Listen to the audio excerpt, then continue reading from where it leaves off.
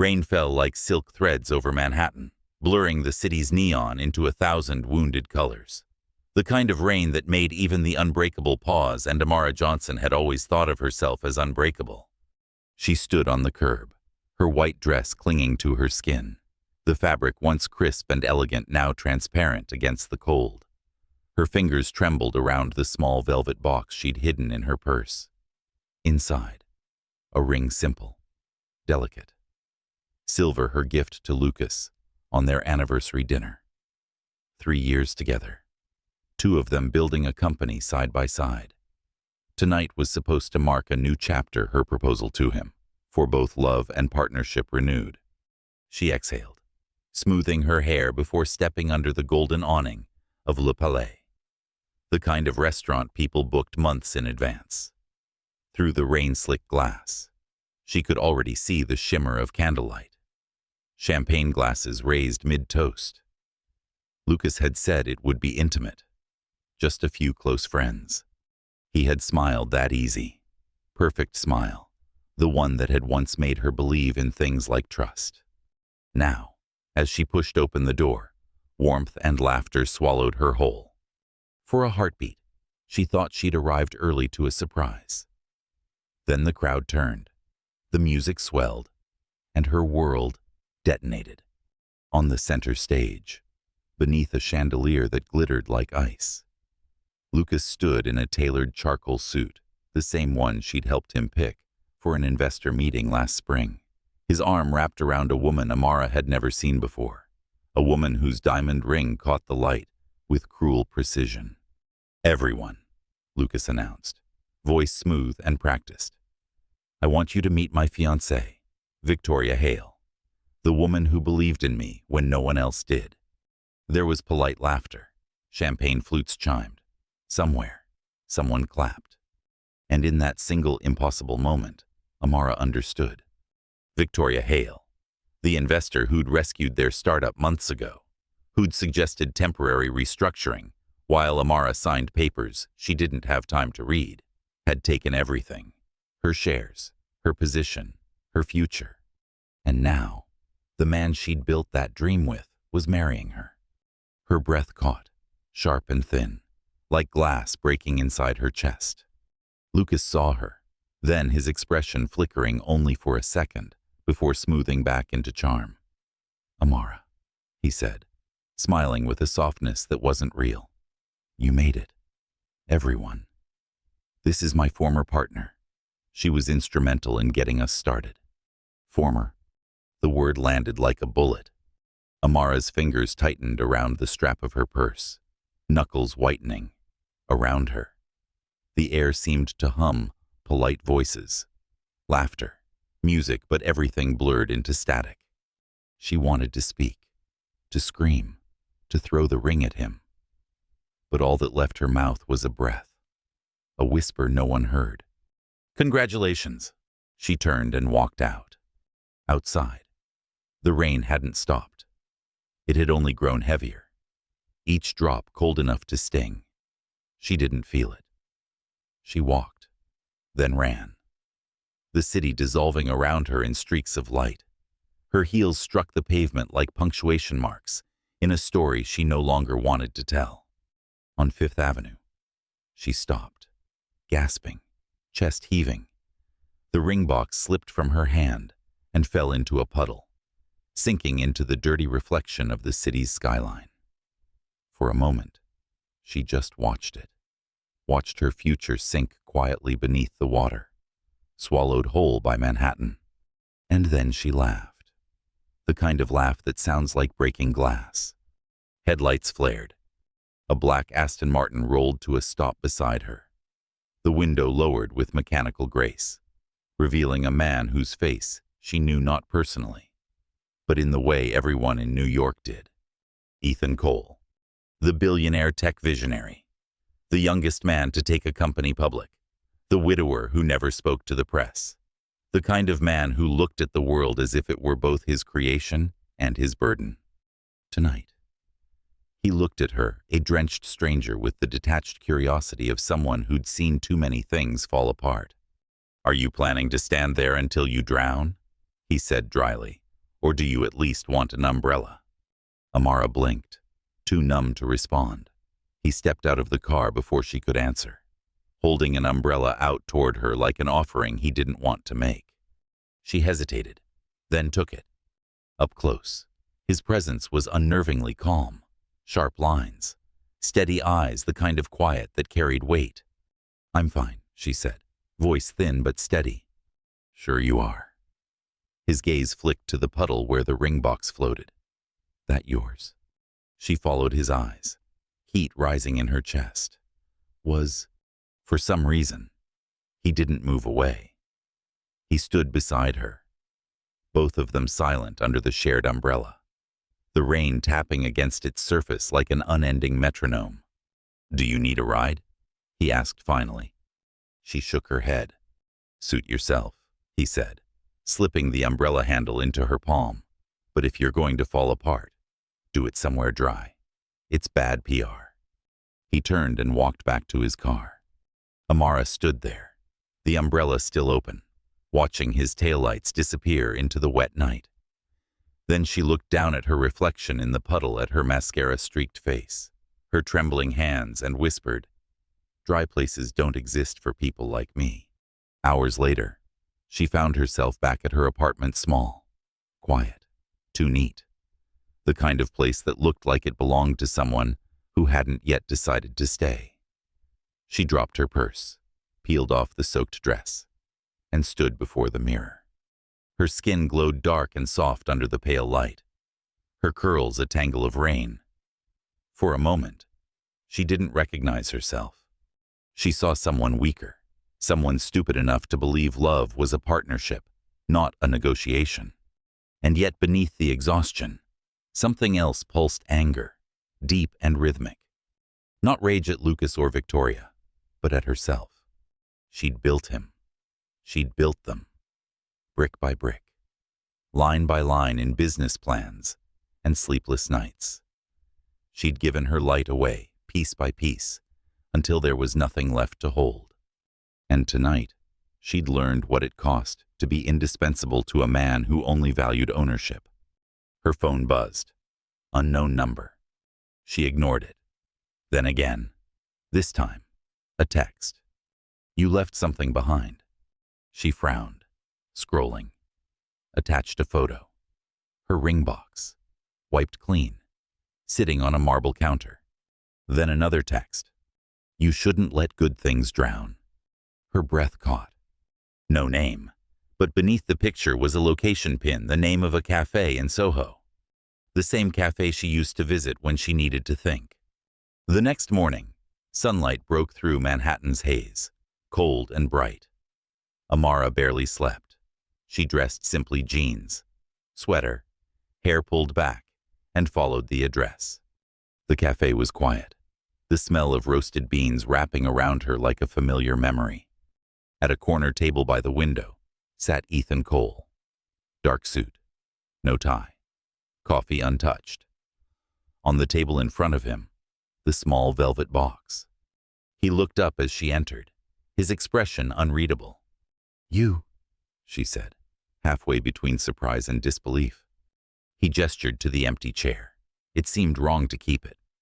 Amara hesitated, then sat. Her fingers brushed the box. It was dry now, the silver ring still shining faintly inside. "I wasn't expecting." "Most people don't," he interrupted, his tone even. "You looked like you needed something to hold on to last night. Thought this might remind you that not everything lost stays lost." Amara studied him, unsure whether to thank him or walk away. "You followed me?" she asked. "I don't follow anyone," he said simply. "I just happened to be heading the same direction." A lie, maybe, but one she didn't have the strength to challenge. She closed the box, tucking it back into her bag. "Thank you." He nodded, as if the word made him uncomfortable. "Are you always this kind to strangers? Only the ones standing in the rain with nothing left to lose?" A beat passed. Something unspoken moved between them. Recognition, perhaps. Not of identity, but of emptiness. Two people who'd both learned that success didn't protect you from heartbreak. Finally, she stood. "Goodbye, Mr. Cole." "Goodbye, Ms. Johnson," he replied, as if he already knew her. When she stepped outside, the city seemed different, not brighter, not softer, just more alive. Somewhere inside her, something small and stubborn began to stir again. Hope, or maybe defiance. She didn't know yet. But as she turned the corner, the cafe door opened behind her. Ethan stepped out, watching her go. His phone buzzed, and on its screen flashed the news headline: "Lucas Grant's engagement to Victoria Hale cements the merger of Hale Innovations and Novatech." Ethan's jaw tightened. He knew that name. And suddenly, he understood last night hadn't been coincidence at all. The night shift in Soho smelled of rain and roasted beans. Amara tied her apron, the knot trembling just a little, not from fatigue, but from the silence that had followed her since that night under the umbrella. The cafe, Lucent Brew, opened only for late wanderers, artists, insomniacs, lost souls who spoke more through glances than words. The owner, Mrs. Carver, an old jazz singer with a soft heart and sharp memory, had hired Amara without questions. "You look like someone who needs to keep her hands busy," she'd said. She was right. Amara had been working there for 3 months now. 3 months since she'd lost everything: her company, her love, her trust. But here, in the low hum of the espresso machine and the rhythm of her knife against the cutting board, she found something close to peace. Every night at 1 a.m., the doorbell would chime, and he would walk in. Ethan Cole, always in the same dark coat, always with the same quiet gravity that made the air around him shift. He'd sit at the far corner table, not the one by the window, but the one against the wall, where shadows softened his edges. He didn't speak much. He didn't need to. He'd order black coffee, no sugar, no cream, and stay until closing, reading, sometimes just staring into nothing. At first, Amara ignored him. She had learned to avoid men who looked like they had everything. They were often the ones who took most easily. But there was something about him that didn't fit the billionaire myth the tabloids sold. He wasn't restless. He wasn't searching.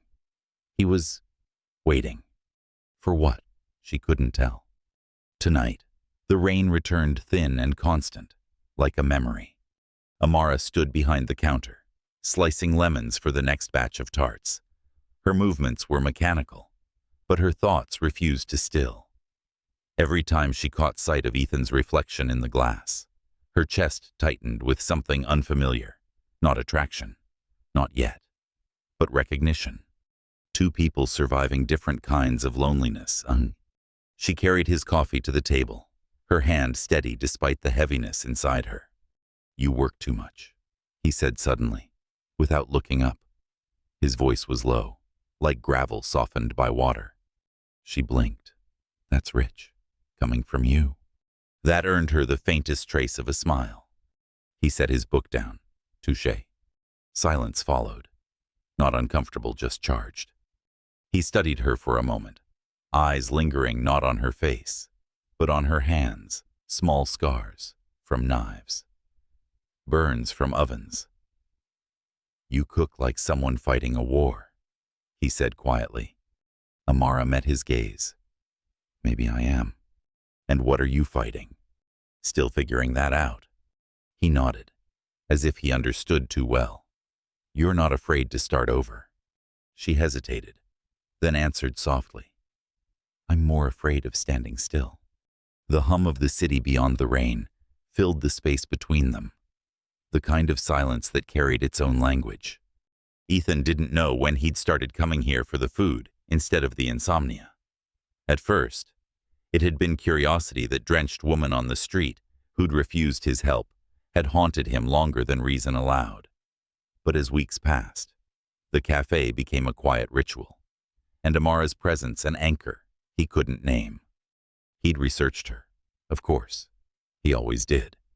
By the time she handed him his first cup of coffee, he already knew the broad strokes: the betrayal, the stolen company, the engagement that had filled every tech headline for a week.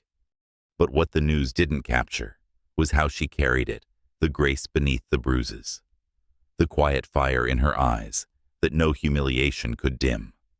He saw it now, every night, in the way she wiped down tables as if reclaiming territory, in the way she plated desserts with precision no one noticed. He admired it and feared it, because it reminded him of his wife, the same unyielding will that had drawn him once and destroyed him later. One night, around 3. Mrs. Carspomny. Carver went home early, leaving Amara to close alone. Ethan stayed, as always, long after the last customer had gone. The only sounds were rain against glass and the soft hiss of the espresso machine cooling down. Amara sat at a table across from him, exhausted. "You don't sleep much, do you?" she asked. "Sleep feels like a luxury," he said. "So does peace." Their eyes met. For the first time, she didn't look away. He leaned back, studying her, really studying her. "You think peace comes after pain," he said. "It doesn't. It grows beside it." She frowned. Is that experience talking or money? That half smile again. Both cost something. Days bled into weeks. He started showing up earlier, leaving later. Some nights, he'd help her carry crates or fix a loose hinge on the door. He did it without explanation, as if presence itself was apology for something he'd never said aloud.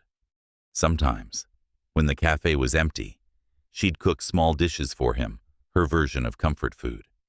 He never finished all of it, but he always tasted. "You cook with memory," he told her once. "It tastes like somewhere you're still trying to get back to." She laughed softly. "Maybe I am." "What would you call that place?" "Home." "And where is that?" She paused. "Anywhere I don't have to prove I belong." He didn't respond, but his eyes softened, a fleeting break in the walls he carried everywhere. By late December, snow began to fall. The cafe looked like a snow globe under the streetlights. Ethan walked in, coat dusted white, expression unreadable.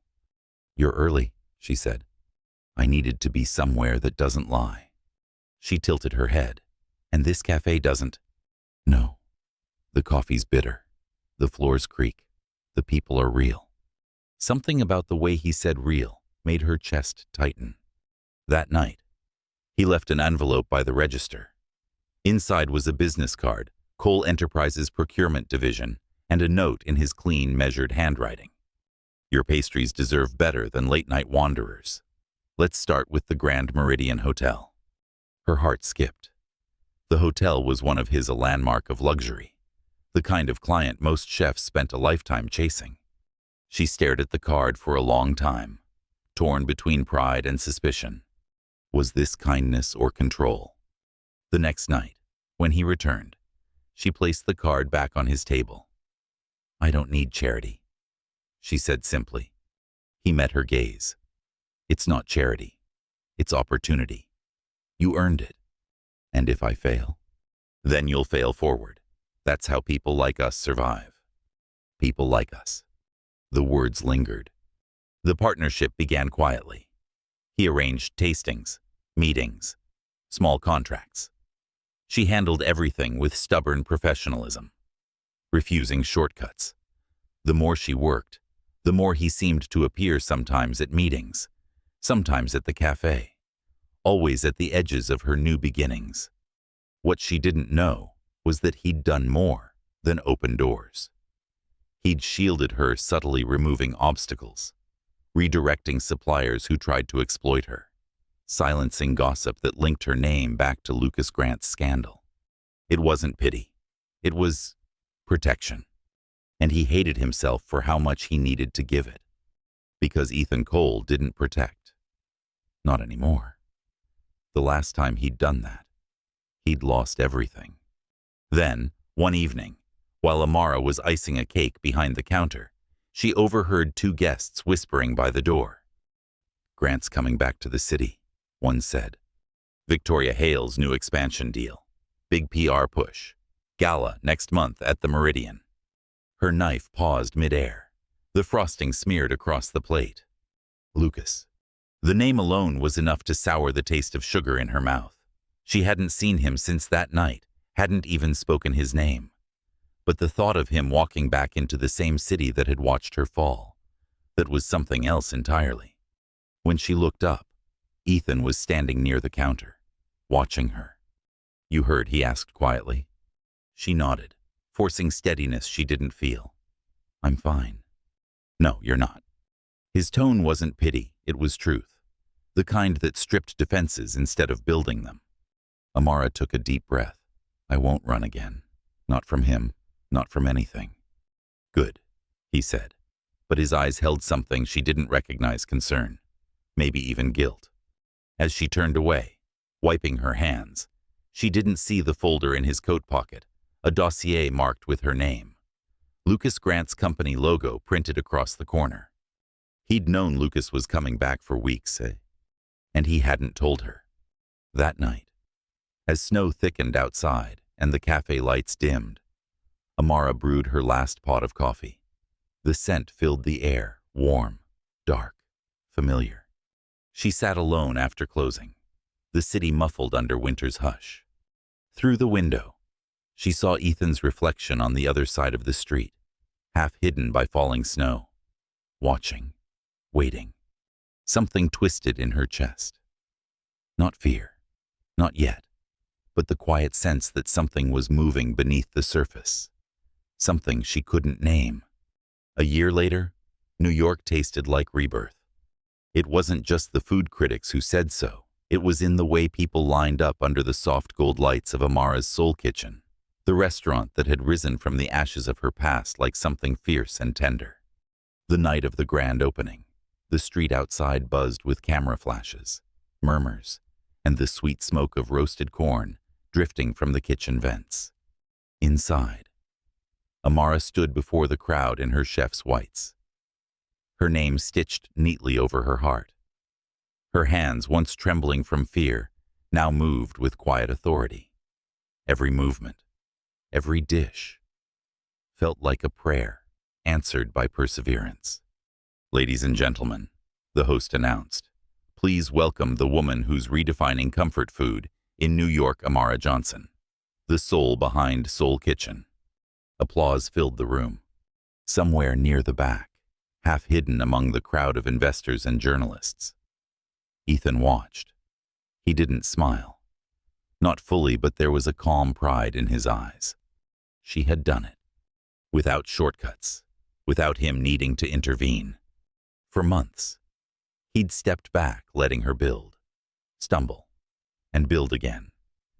He'd learned that sometimes helping meant learning how to stay out of the way. And tonight, as she spoke about community, about second chances, about turning pain into flavor, Ethan realized she no longer needed his protection. She'd become everything she'd fought for, and more. The applause faded into chatter. The air smelled of butter, thyme, and champagne. Then a familiar voice cut through it, low, smooth, and sharpened by entitlement. "Impressive, Amara. You always did have a flair for drama."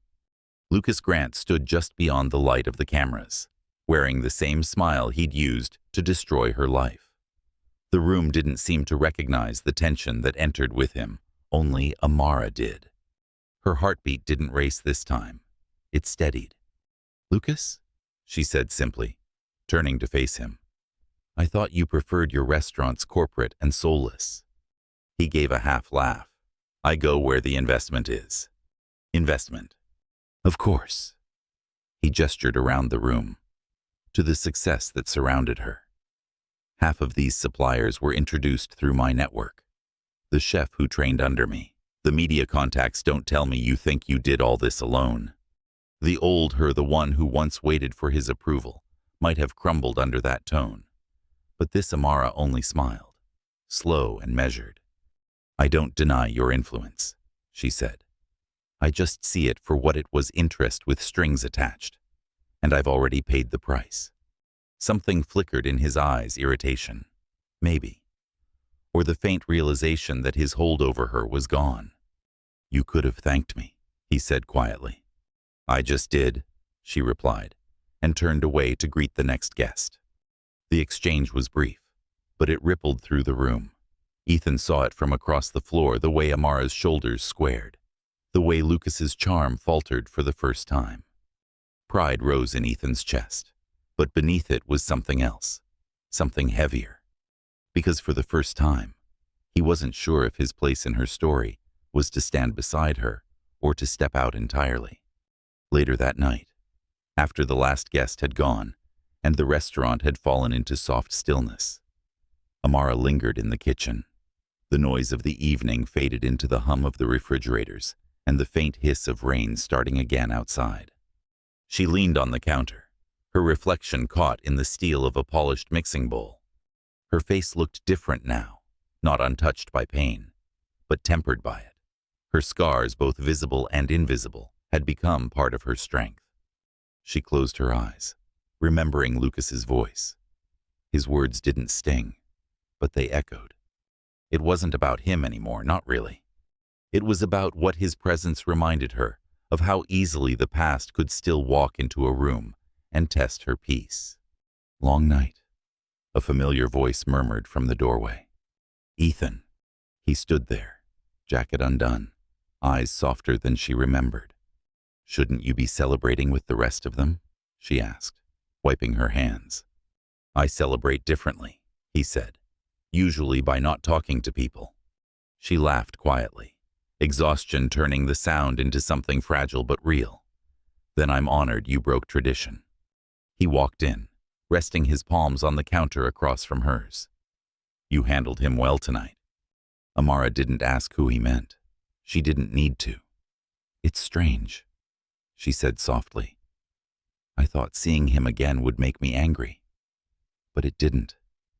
I just felt nothing, like he was a chapter I'd already finished. That's not nothing, Ethan said. That's healing. She looked up at him, really looked. Do you believe people heal, or do they just learn to hide what hurts? He hesitated, then answered, maybe both. Maybe healing isn't erasing the scar, but learning to live beautifully around it. Her breath caught at the gentleness in his tone. You talk like someone who's seen a lot of broken things. I have. And fixed them. Not all. Their eyes met two people shaped by loss, both still learning how to trust the quiet again. Amara broke the silence first. You never told me why you believed in me. He smiled faintly. Because you cook like you're trying to forgive the world. That made her laugh, truly laugh this time, the sound echoing softly through the empty kitchen. Forgive the world. Huh? That's a tall order. Maybe, Ethan said, stepping closer. But you've already forgiven yourself. That's harder. For a moment, the space between them felt charged, not romantic, not yet just deeply human. Two souls recognizing each other's scars and finding warmth instead of fear. They cleaned in silence after that, not because words had run out, but because they weren't needed. Ethan helped stack the pans while Amara scrubbed the counters. At one point, their hands brushed a fleeting contact. Barely there, but it was enough to spark something they both pretended not to notice. When the kitchen was spotless, Ethan looked around, a quiet pride settling over him. You built this, he said. From nothing. Not from nothing, she corrected. From loss. He nodded. Then maybe loss is just the first draft of something worth keeping. Amara smiled, soft and tired. You should write that down. I don't write, he said. I build. She arched an eyebrow. And what are you building now? He hesitated, eyes holding hers for a moment longer than necessary. Something I don't want to break this time. The air shifted. Before she could respond, the doorbell at the front rang unexpected at this hour. Both turned. I'll get it, Amara said. A courier stood outside, rain dripping from his coat. "Delivery for Ms. Johnson," he said, handing her a sealed envelope marked with an embossed logo, Hale and Grant Hospitality Group. Her stomach tightened. The letter inside was brief. "Congratulations on your new venture. We'd like to discuss a partnership proposal that could expand Soul Kitchen nationwide. Let's meet.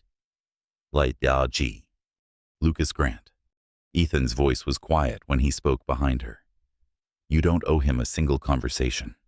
"I know." "Then why do I see you thinking about it?" She looked up at him, the envelope trembling slightly in her hand. "Because I'm not afraid of him anymore. And maybe that's the point." Ethan studied her, torn between admiration and worry. "Just be careful what doors you open." Amara nodded, slipping the envelope into her coat. "You taught me that doors only have power if we forget we can walk away." He smiled, but it didn't reach his eyes. "Just don't let him write the next chapter." As she turned off the lights and stepped into the rain, Ethan remained by the window, watching her leave. For the first time since meeting her, he wasn't sure if his silence would protect her or betray her. Because buried deep in his files, beneath layers of confidentiality, was the truth he hadn't told her yet. Lucas Grant's new investor, the one funding his return, was Ethan Cole's own company. California looked different through Amara's eyes. The coastline curved like a question she wasn't ready to answer. The Pacific wind carrying salt, silence, and the sound of waves too ancient to care about human heartbreak. They had come here for business. At least that's what the documents said. A potential expansion of Soul Kitchen. A collaborative venture with Cole Enterprises to create a new chain of honest dining restaurants across the West Coast. But between contracts and tastings, between meetings that stretched into sunsets, it became clear that what they were really building wasn't just a brand. It was something unnamed, something fragile. The villa in Carmel was quiet that evening, half glass and half light. Ethan poured wine, his movements unhurried, practiced. The air smelled of oak, rosemary, and the faint trace of sea spray drifting through the open balcony doors. Amara sat across from him, a notebook open but untouched. She'd spent the last hour trying to write down ideas, recipes, designs, menu concepts, but the page remained blank. Her thoughts kept wandering to him, to the way he seemed less like a man and more like a structure, tall, precise, built to endure storms. But even strong buildings carried cracks, and she'd begun to notice the way his jaw tightened when he looked at his phone, the untouched side of the bed in the guest room, the faint shadow in his voice whenever he spoke of tomorrow. She set down her pen. "You've been quiet all day." He looked up from his glass. "You say that like it's new." She smiled faintly. "No, but it feels heavier tonight." He didn't answer right away. The silence stretched, long enough for the sound of the sea to slip between them. Then he said, "It's been 10 years today." Amara frowned. "Since..." He didn't finish his wine. He set it down carefully, like the truth itself might spill if he wasn't gentle. "Since my wife died." The room shifted. The air thickened. "I didn't know," Amara said softly. "I didn't tell you." She didn't ask how. She didn't ask why. She just waited the way one does when they know a story is about to break open something sacred. He stared at the horizon. Her name was Claire. She had this ridiculous laugh, the kind that made people turn around in restaurants. She used to say I looked happiest when I was working, so she didn't mind when I missed dinners. Not at first. He paused, his fingers tracing the rim of his glass. By the time I noticed how tired she was, it was too late. The company was about to go public. I told her we'd celebrate after the launch. She died 3 days before it. The sound of waves filled the silence again, relentless and soft. Amara's chest tightened. "You blame yourself." Ethan's laugh was low, bitter. "I don't just blame myself. I live with it." She studied him, the stillness, the way he didn't look at her, as if afraid she'd see the ruin beneath the control. Guilt, she said quietly, is just love that lost its place to go. He met her eyes then, and for the first time since she'd known him, they weren't guarded. They were raw. You sound like you've known that kind of love. I have, she said simply. And I lost it too. But mine didn't die, it just changed its face. Lucas. The name hung between them, without being spoken. Ethan nodded slowly, as if understanding more than she'd said. So here we are, he murmured. Two people who don't believe in love. Amara smiled, not out of amusement, but recognition. Maybe not in love, but in connection. Yes, in the way pain makes people honest. He looked at her for a long moment. Then, softly, you make it sound survivable. It is, she said, if you stop trying to fix it. They took their glasses outside, where the ocean stretched endless and dark. The moonlight painted silver lines across the water, like veins on the skin of the world. Ethan leaned on the railing, shoulders tense beneath his shirt. Sometimes I wonder if people like us were built to be alone, he said. Amara stood beside him, the wind lifting the edge of her hair. Maybe we were just built to be misunderstood. He turned to her then, closer than he meant to be. The space between them hummed the kind of tension that wasn't sexual yet, but something deeper. Recognition. A mirror. She didn't step back. Tell me something, he said quietly. When it ended with him, what hurt the most? She thought for a moment, eyes on the horizon. That I kept waiting for an apology that was never coming. And when I finally stopped waiting, I realized I'd built my whole identity around being broken. Ethan's expression softened. You're not broken. She met his gaze. Neither are you. The truth of it hung there, delicate as salt mist. For a long moment, neither spoke. The sea crashed below, a steady heartbeat. Then Amara whispered, sometimes people don't need someone to fix them. Ethan, they just need someone who won't walk away while they're still trying to heal. He exhaled, something fragile breaking loose inside him. And what happens when both people are still healing? Then maybe they learn to stop bleeding on each other. The night deepened. The world felt smaller, just two silhouettes on a balcony suspended between grief and possibility. They didn't touch. They didn't need to. The intimacy lived in the restraint, in the understanding that some silences are louder than desire.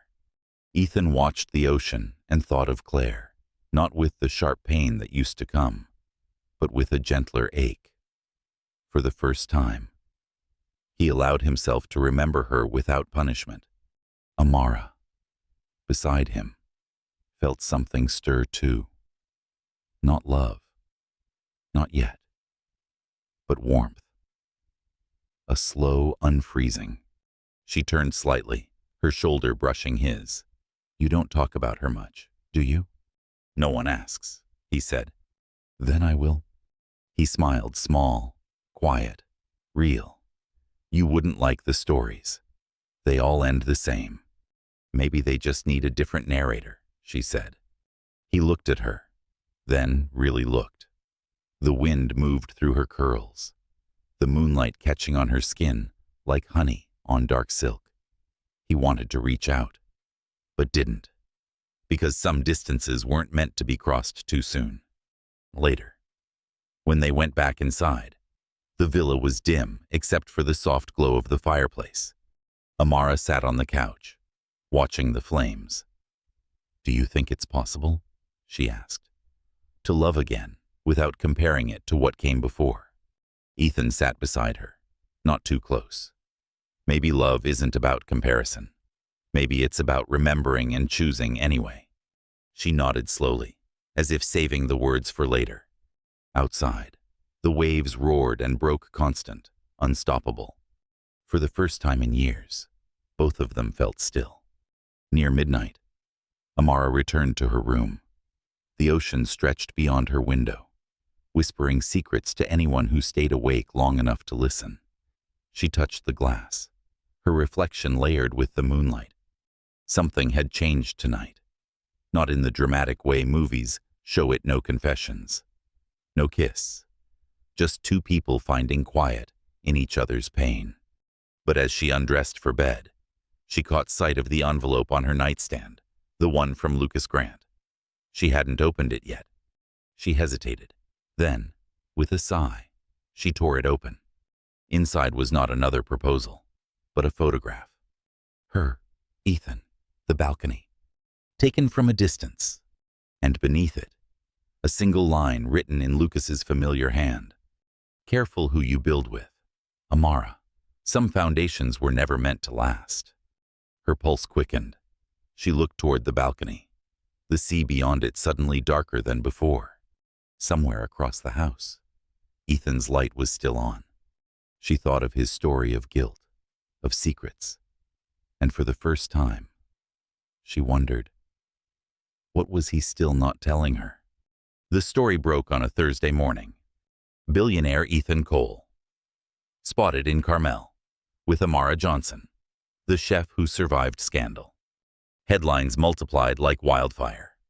A modern fairy tale or career suicide read another.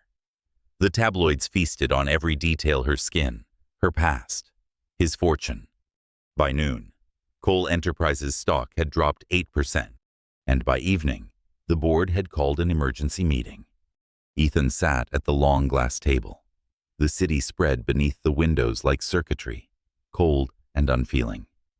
The faces around him blurred: advisors, investors, men who mistook control for morality. You need to cut ties, one of them said. The optics are bad.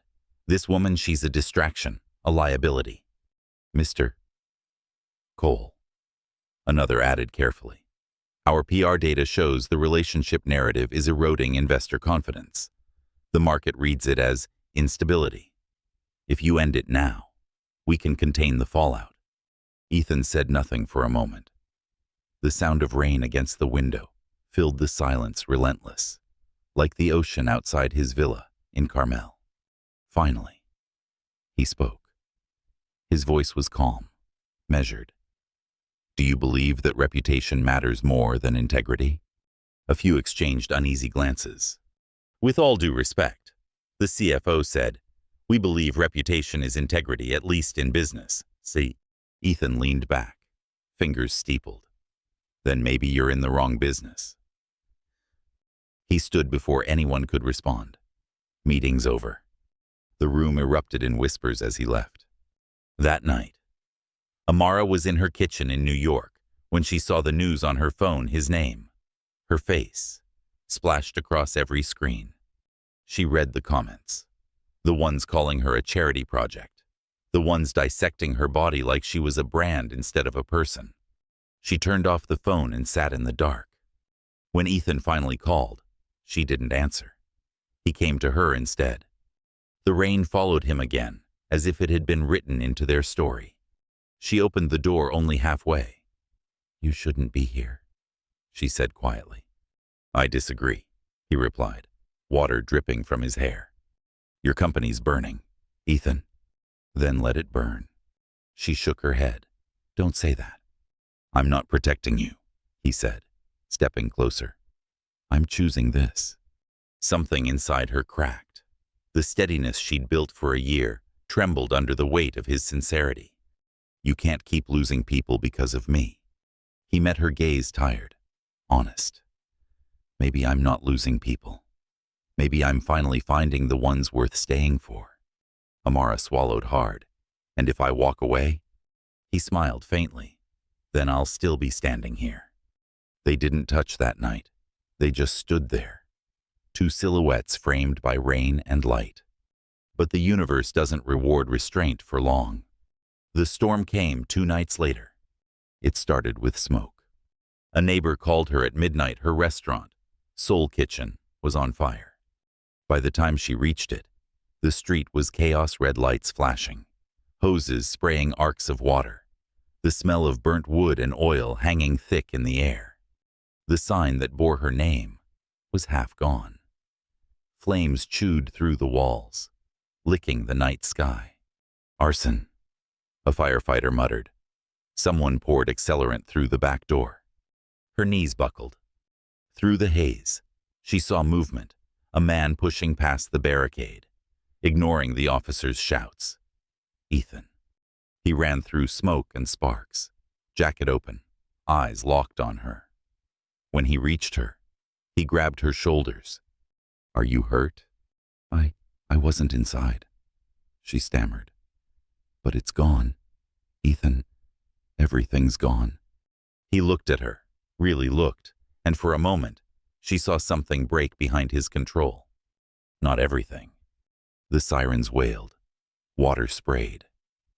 Somewhere behind them, glass shattered. And in the middle of it all, she realized her hands were shaking not from fear, but from the unbearable need for something steady. Then his arms were around her, the first time they had ever touched. It wasn't the kind of embrace that asked for anything. It was the kind that anchored. His chest was warm against her cheek, his breath ragged. She could feel his heartbeat steady, fierce, alive. She closed her eyes. The world roared, and yet it felt like silence. They didn't go home that night. The police took statements. Insurance representatives arrived. Photographers hovered behind barriers. Through it all, Ethan stayed beside her. When exhaustion finally dragged her to the curb, he crouched beside her, slipping his coat over her shoulders. "You should rest," he said. She laughed weakly. "On what?" "The ashes." He looked out at the smoldering remains of Soul Kitchen. "You'll build again." "Maybe," she whispered, "but it won't be the same." "No," he said softly. "It'll be better, because this time, you won't build alone." She turned to him then, tears mingling with the rain on her cheeks. "Why do you keep doing this, Ethan? You barely know me." He hesitated just long enough for the truth to rise. "Because I've already lost one woman I loved," he said quietly, "and I refused to believe I deserved another chance. Until now." The words landed like lightning quiet, devastating, illuminating everything. Amara's breath hitched. He continued, voice low. "I was so afraid of loving wrong again that I let my life shrink around the fear. And then you walked into it soaking wet and furious at the world, and somehow, I remembered what it feels like to want something honest." Her throat tightened. "Ethan." But before she could finish, a firefighter approached, interrupting. "Ms. Johnson, we found something." They handed her a charred envelope, half-burned but still legible. The embossed initials were unmistakable. L.O. Lucas Grant. Amara's blood ran cold. Ethan's jaw clenched. He did this. She shook her head slowly. He wouldn't. But even as she said it, she knew. Lucas didn't forgive rejection. He retaliated. And Ethan knew it too. His hand tightened around hers. "I'll take care of it." She looked up at him. "You can't keep fighting my battles." He met her gaze with steady calm. "I'm not fighting your battles, Amara. I'm fighting ours." They stayed until dawn. When the last ember faded and only smoke remained, Amara turned toward him. His shirt was streaked with ash, his hair damp, his eyes tired. But when he looked at her, she saw no regret, only resolve. The kind that scares and saves in equal measure. "Ethan," she said softly, whatever this is, it's dangerous." "So is silence," he replied. "And I've lived in that longer than I should have." A pause. Then he added, almost in a whisper, "I lost someone once because I was too afraid to love her the wrong way. I won't let that happen again." Something inside her gave way, a dam built from fear, pride, and the illusion of control. She didn't answer. She just stepped closer, resting her forehead against his chest. His arms tightened around her, pulling her into a warmth that felt both terrifying and inevitable. Outside, the first light of morning crept over the ruins. The smoke turned to mist. The fire had taken her restaurant, but left behind something neither of them could ignore. That morning, as the reporters began to gather again, Ethan got into his car to make a call. He dialed a number he hadn't used in years, his legal team. "I need everything you can find on Lucas Grant," he said, quietly. "Mr. Cole." The voice on the line replied, cautious. "Are you sure you want to do this? The two of you have history." Ethan's expression hardened. "Exactly why I'm the only one who can stop him." Back at her apartment, Amara sat by the window, a blanket around her shoulders. The city moved on outside, indifferent, unstoppable. Her phone buzzed with messages of sympathy, donations, outrage, but she ignored them all. On her counter lay the photograph from Lucas, the one taken on the balcony. She picked it up, stared at the faint burn mark on its edge.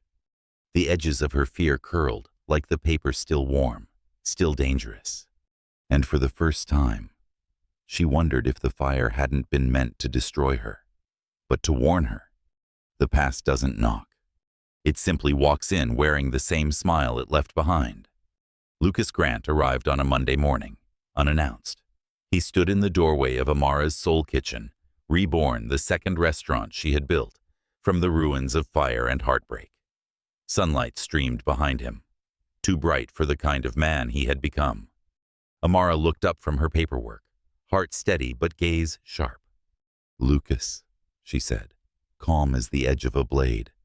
"You should have called." He smiled, practiced and polished. "I was in the neighborhood." "The Upper East Side isn't a neighborhood. It's a statement." He chuckled, stepping inside, ignoring the bite in her tone. Still as clever as ever.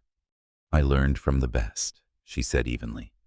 His eyes flicked around the room, the elegant wood, the photographs of community dinners, the framed article that read, "Amara Johnson, the woman who fed the city back to life." "Beautiful," he murmured. "You always did have a way of turning nothing into something." "Some things," she replied, "stay nothing no matter how much you polish them." That wiped the charm from his face. He slid a folder across the counter. "I'm not here to fight, Amara. I'm here to make an offer." She opened it. A contract. The number on the last page made her breath catch, 7 digits. Enough to buy a lifetime of freedom. "I want to acquire the Soul Kitchen brand," Lucas said. "Nationwide rollout. Full creative control under your name. But my capital." "And what do you want in return?" she asked quietly. He didn't blink. "You." Amara froze. He leaned forward, lowering his voice. "Marry me. Again. We can fix what we broke. You and I, we were unstoppable once. I've changed." The old Amara might have believed him, might have seen the sincerity in his tone, the way regret softened his features. But she'd already learned, remorse and manipulation wore the same suit. She smiled, slow and sad. "You didn't come here to fix anything, Lucas. You came here to win. Does it matter why, if the result's the same? It does when love becomes a transaction." He sighed, straightening his tie. "Don't make this harder than it needs to be." She laughed quietly, disbelievingly. "You're offering me $1 million and a second chance at servitude. That's not hard. Lucas, that's insulting." When Ethan arrived later that evening, Amara told him everything, every word, every offer, every lie wrapped in sentiment. He said nothing at first. His silence was heavier than rage. When he finally spoke, his voice was low, contained like the moment before an earthquake. "He came to you." "Yes." "And asked you to marry him." "Yes." Ethan turned away, jaw tense, shoulders rigid beneath his suit. The room seemed too small to contain him. "Ethan, I should have seen this coming," he muttered. "I knew he wouldn't stop." She walked around the counter, standing in front of him. He's not the problem. He met her gaze, the storm behind his calm surfacing. He's always the problem. "No," she said, voice soft but firm. The problem is, when we let men like him decide our worth. He stared at her, and for a long, unspoken moment, something inside him eased. Then he exhaled. What are you going to do? Invite him, she said, to the grand opening. Ethan blinked. You can't be serious. I am. Let him see what he threw away, not to humiliate him, but to free myself from needing him to understand. He shook his head, half in disbelief, half in admiration. You're not afraid at all, are you? Of him? Not anymore. She smiled faintly. Of losing myself again. Always. The opening night arrived like a heartbeat fast, bright, unstoppable. The new Soul Kitchen was larger, warmer, built not on ambition but on community. Its walls were painted in earth tones and laughter. Its tables carried stories. Ethan stood at the back of the hall, dressed in black, his presence quietly grounding the chaos around him. He had reserved the first-row seat beside Amara's family and then left it empty. For the ghosts, he'd said earlier when she asked why. Now, the room glowed with light and chatter. Critics, chefs, activists, and friends filled the space. Cameras waited for sound bites. Journalists scribbled metaphors. And then, as she'd expected, Lucas arrived. He wore his success like a mask-tailored suit. Perfect posture. The faint scent of confidence masking decay. When their eyes met, he smiled, small and sharp. Amara greeted him like any other guest. Lucas, you came. I wouldn't miss it, he said, glancing around. You've done well. Better than you expected. He chuckled. Always. They didn't speak again after that. The presentation began. Lights dimmed. The projector flickered to life, filling the screen with images grainy at first, then vivid. A younger Amara, smiling in a small kitchen, then fire, then rebuilding. Faces of the women she'd hired, the men she'd trained, the children who'd learned to cook at her community classes. Each clip was a piece of her pain, perseverance, triumph stitched together like a soul reborn. The crowd was silent. Even the journalists stopped writing. At the final frame, her voice played over the video. They say success is the best revenge. I say peace is. When the lights rose, Amara stood at the podium. Thank you all, she began, her voice steady. This restaurant isn't about food. It's about survival, the kind that feeds others when you finally learn how to feed yourself. Applause rose, soft at first, then thunderous. In the corner of the room, Lucas sat frozen, his mask slipping, his hands tightened on the tablecloth, his jaw tense. When the applause swelled, he stood abruptly and left without a word, without looking back. Amara exhaled slowly, her heart calm, her chest light. When the crowd began to mingle again, Ethan appeared beside her. You did it, he said quietly. She turned to him. We did it. He shook his head. No, you did. I just watched. Their hands brushed, not by accident this time. You know what's strange, she said. I thought this moment would feel like victory. But it feels peaceful. He smiled faintly. That's because you stopped fighting ghosts. She looked at him, eyes shimmering under the lights. So what do I do now? He took her hand this time fully, deliberately. You live. Later. When the crowd thinned and the night air turned soft, they stood outside beneath the string lights that lined the street. The city hummed around them, alive and indifferent. Amara leaned against the wall, watching the empty seat inside through the window. That chair, she said quietly. You knew he'd leave. Ethan nodded. Some men mistake possession for love.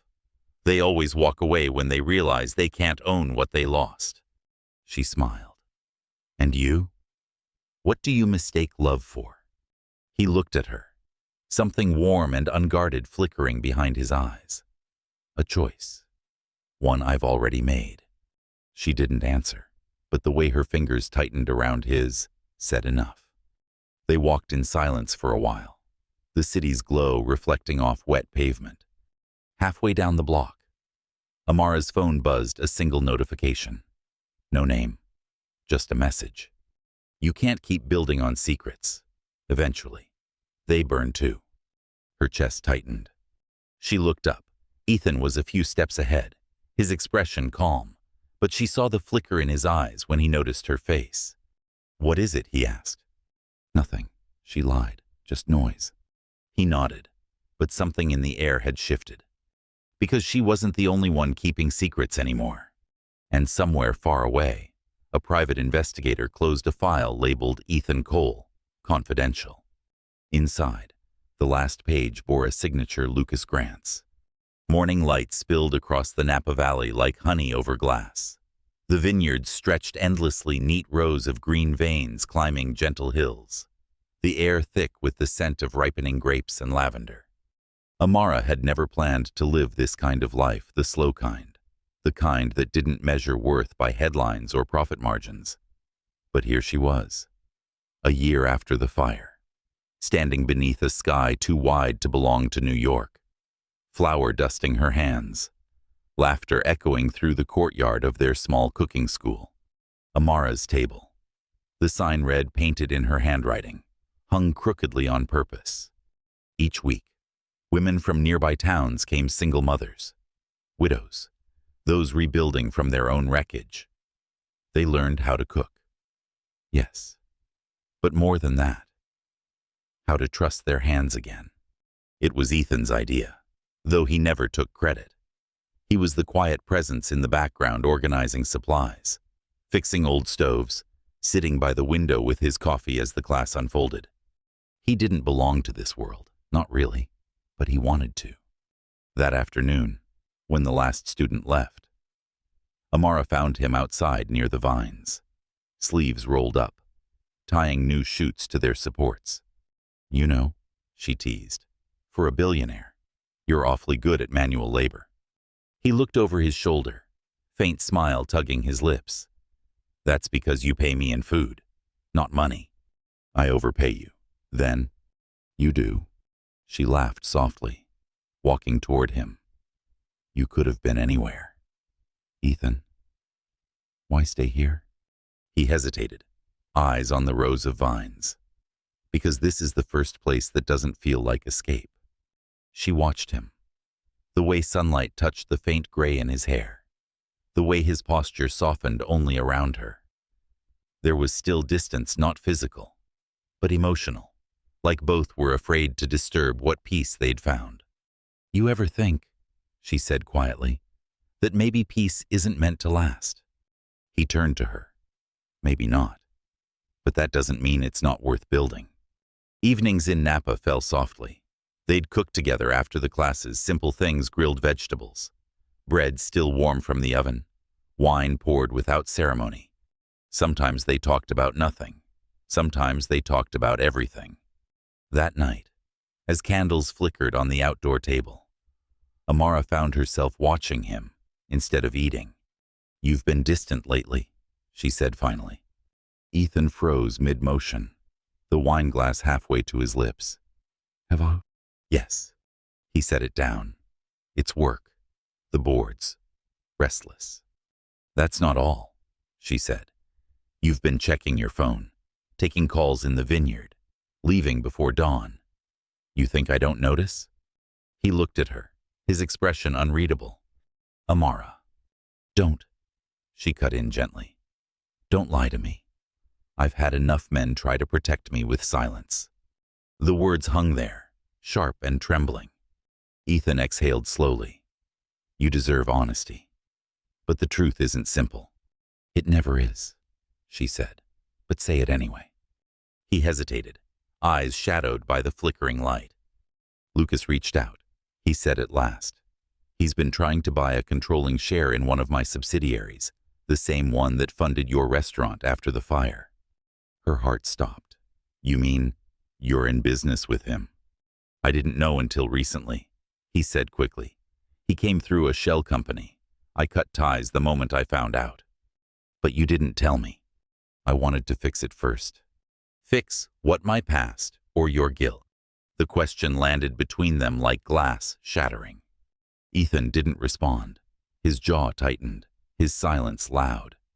Amara pushed back her chair, standing. You said once that love isn't about fixing someone. So why are you still trying to fix me? Because I can't lose you, he said quietly.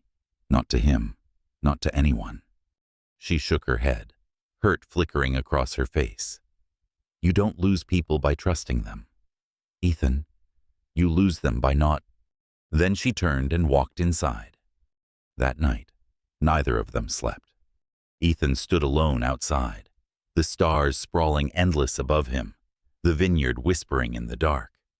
His phone buzzed a message from an unknown number. You can't protect her forever. Sooner or later, she'll learn what you've built this peace on. He deleted it, but the words stayed. Inside, Amara lay awake, replaying his voice in her head. I can't lose you. It wasn't the confession that frightened her. It was how much of herself she'd already given back, in silence. She'd promised never to orbit another man's gravity. But Ethan wasn't Lucas. He didn't demand. He offered.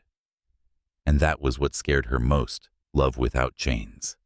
Because freedom came with its own kind of fear. The next morning, she walked to the vineyard, barefoot, the earth cool under her feet. Ethan was already there, as if he hadn't moved all night. I'm sorry, he said before she could speak. You were right. I should have told you. Amara folded her arms, watching him. Then tell me now. Everything. He took a breath. After the fire, I used a private investment arm to fund your rebuild. It was clean, transparent. But Lucas found a way to buy into that fund months later, quietly.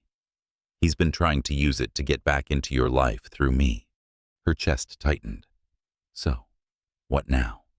I'll dissolve the partnership, whatever it costs. She studied him for a long moment, then asked softly, why do men like you always think love means sacrifice? Ethan frowned. What do you mean? Every time you lose something, you think it proves how much you care. But sometimes, Ethan, caring means staying, not saving. He looked at her, then really looked. So, what do you want me to do? Stay, she whispered, even when it's messy, especially then. They stood there, the morning light turning gold around them. For a long moment, the air was full of everything unsaid forgiveness, exhaustion, longing. Finally, Ethan reached out, brushing a strand of hair from her face. His fingers lingered, hesitant, reverent. Amara, he said, voice low, if I've done anything right in this life, it's finding you. Her eyes shimmered. And if I've done anything right, it's not running when love scared me. He smiled small, genuine. So we're both learning. Slowly, she said. Perfectly. That evening, the class gathered again. Laughter filled the courtyard, the smell of roasted garlic and baked peaches rising with the dusk. Ethan helped an older woman knead dough. Amara watched him from the doorway, heart swelling in ways she couldn't name. This quiet joy, this simple rhythm felt like the truest thing she'd ever known. When the last student left, Ethan poured her a glass of wine and joined her by the vines. Do you ever think, he said, watching the sunset, that love isn't meant to save us? Just remind us that we're still alive. Amara smiled. You've said that before, and you didn't believe me. I do now. He looked at her, eyes soft in the fading light. Then maybe this is what it means to love like it's the first time, but not like anyone else. She reached across the table, fingers brushing his. Maybe. The wind shifted then, carrying a faint sound, a car engine approaching the dirt road beyond the vineyard. Amara turned. Headlights glowed in the distance. Ethan's phone buzzed. One new message. No name, just a single line. He's coming for her. Ethan's smile faded. Amara noticed. What is it? He forced calm into his voice. Nothing. Just business. But as the car drew closer, kicking up dust in the sunset's glow, the look in his eyes told a different story. Something or someone was about to return. 2 years later, the city that once burned had become their witness.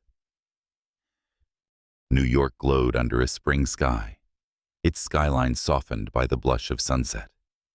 In the heart of Manhattan, a single restaurant stood like a promise kept rebuilt on the same ground where ashes once whispered her name. Soul Kitchen. Tonight, it wasn't hosting critics or investors. It was hosting something rarer, a wedding that felt less like ceremony and more like forgiveness, finally finding its voice.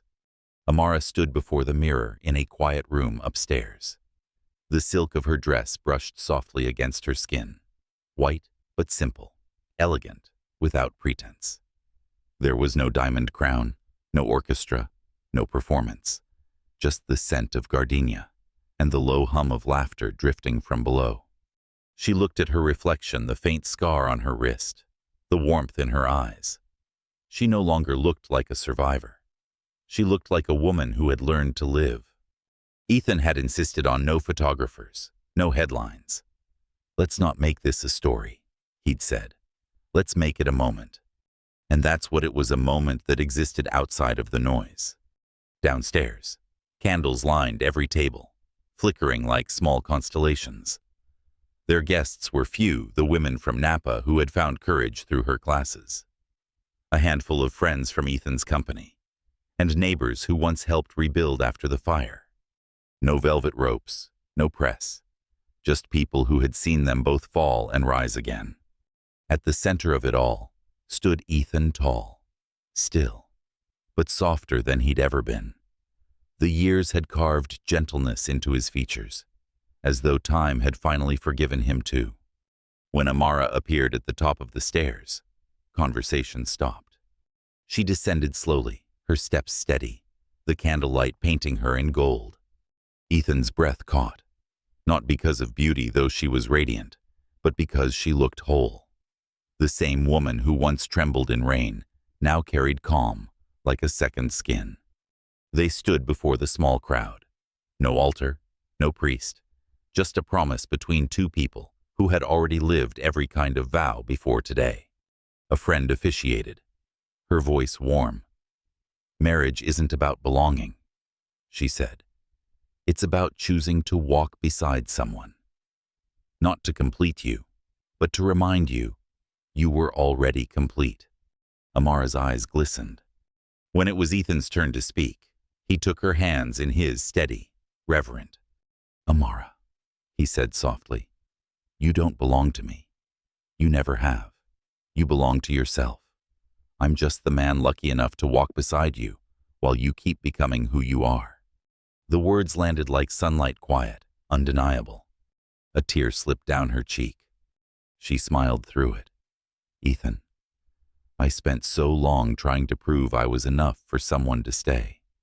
But you taught me something better, that I don't need to be enough for anyone, just true to myself." Their fingers intertwined, fitting like they were never meant to hold, but to remember. The crowd stood silent, the kind of silence that doesn't demand applause, only breath. And then, through that stillness, came a sound no one expected, the soft creak of the front door. Heads turned. Lucas Grant stood there, framed in the warm light of the restaurant he once tried to claim. He wasn't the man he'd been, no tailored armor, no arrogance, just a suit too plain for his name, and eyes that carried the weight of something long overdue. For a heartbeat, no one moved. Then Amara did. She stepped forward, the hem of her dress whispering across the floor. Ethan didn't stop her. He didn't need to. Lucas hesitated, then reached into his coat and pulled out a small bouquet of lilies, pale, fragile, the kind that wilt quickly if not cared for. "I won't stay," he said, his voice low. "I just wanted to say, I was wrong." The words were quiet, but heavy, like stones dropped into still water. Amara looked at him, really looked. There was no anger left in her, No fire. Only a soft kind of clarity. No one stays wrong forever, she said gently. We just need to learn when to stop.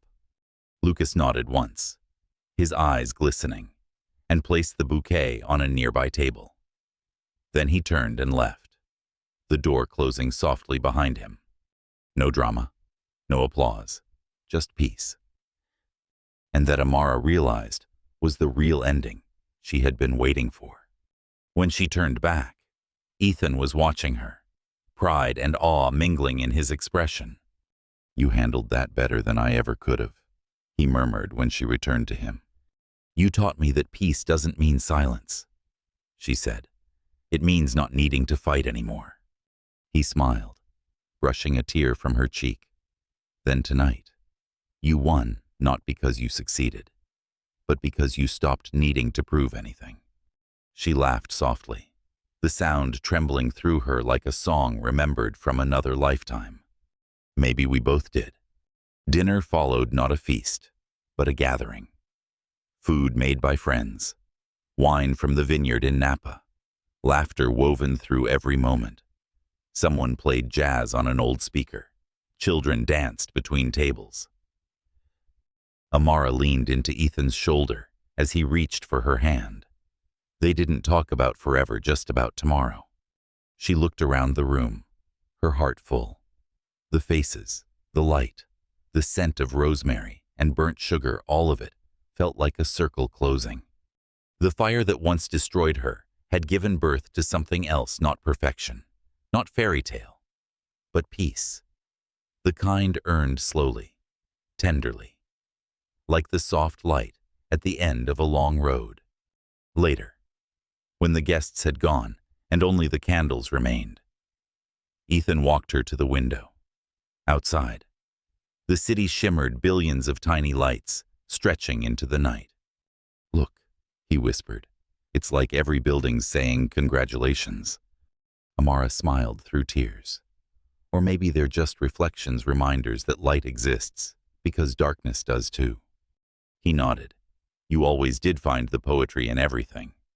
That's because life gave me the pain to write it, she said softly. He kissed her forehead. Then here's to pain that taught us how to love gently. She closed her eyes, resting her head against his chest. Outside, New York glowed not with noise, not with fame, but with a quiet, sacred kind of joy. For a moment, it felt like the world held its breath. And in that stillness, Amara whispered, We made it, didn't we? Ethan smiled against her hair. No, love. We're making it every day. Every comment is a small candle lighting the way for women still learning to love themselves again. One quiet, brave step at a time.